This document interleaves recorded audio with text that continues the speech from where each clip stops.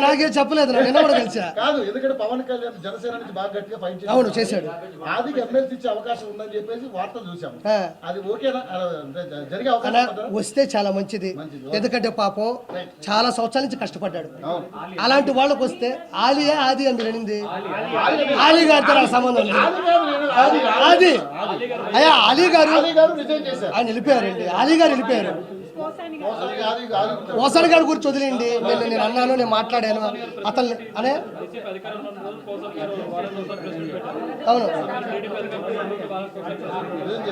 ఎవరు ఖచ్చితంగా పెడతా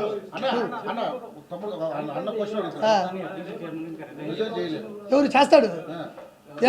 ఇప్పుడు ఎఫ్డీసీ చైర్మన్గా పోసాని గారు రిజైన్ చేయలేదన్నారు చేయకుండా ఇంట్లో ఇట్టుకుంటాడండి దాన్ని ఆ రోజు నేను మాట్లాడినప్పటి నుంచి ఈ రోజు వరకు బయటికి రాలా బయటకు వచ్చి కనీసం ఓడిపోయిన తర్వాత అయినా ప్రజలు మమ్మల్ని ఎందుకు ఓడించారో మేము తెలుసుకుంటాం మేము నేర్చుకుంటాం అని కూడా లేదు